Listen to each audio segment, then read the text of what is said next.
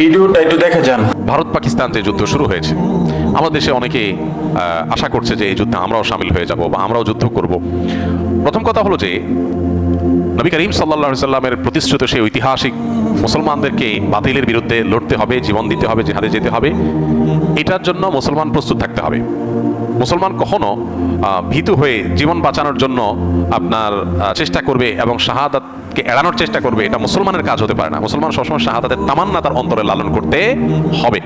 শাহাদাতের তামান্না নাই, আকাঙ্ক্ষা নাই, এটা মুনাফিকের চরিত্র, এটা ইমানদারের চরিত্র না। তামান্না আমাদের থাকতে হবে যে আল্লাহ মৃত্যু যখন হবেই, আল্লাহুম্মা ইন্নী আসআলুকা শাহাদাতান ফি সাবিলিক, ওমর রাদিয়াল্লাহু আনহু দোয়া করতেন, আল্লাহ আপনার কাছে আপনার রাহে শহীদ হয়ে যেন আমার মৃত্যু হয়, সেটাই আমি চাই। সাধারণ মৃত্যু আমরা চাইবো না, এটা একজন ইমানদারের কামনা থাকবে।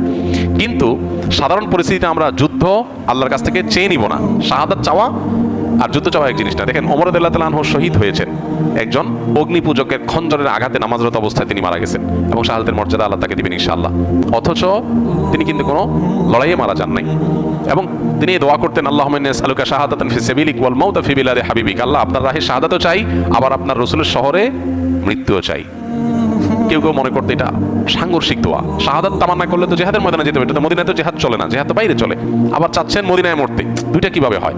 আল্লাহ তাআলা দুইটাই দিয়েছেন, শাহাদাতের মর্যাদাও দিয়েছেন, আবার মদিনাতে মৃত্যু দিয়েছেন। এই জন্য ইমানদার আল্লাহর কাছে দোয়া করার আছে, দোয়া করবে, তামান্না লালন করতে হবে, স্বপ্ন লালন করতে হবে, চেতনা ধারণ করতে হবে, নাহলে ইমানদার হতে পারবে না। সবই ঠিক আছে, কিন্তু সুস্থ স্বাভাবিক অবস্থায় যদি কেউ আল্লাহর কাছে যুদ্ধ চেয়ে নেয়, সেটা কিন্তু কাম্য না।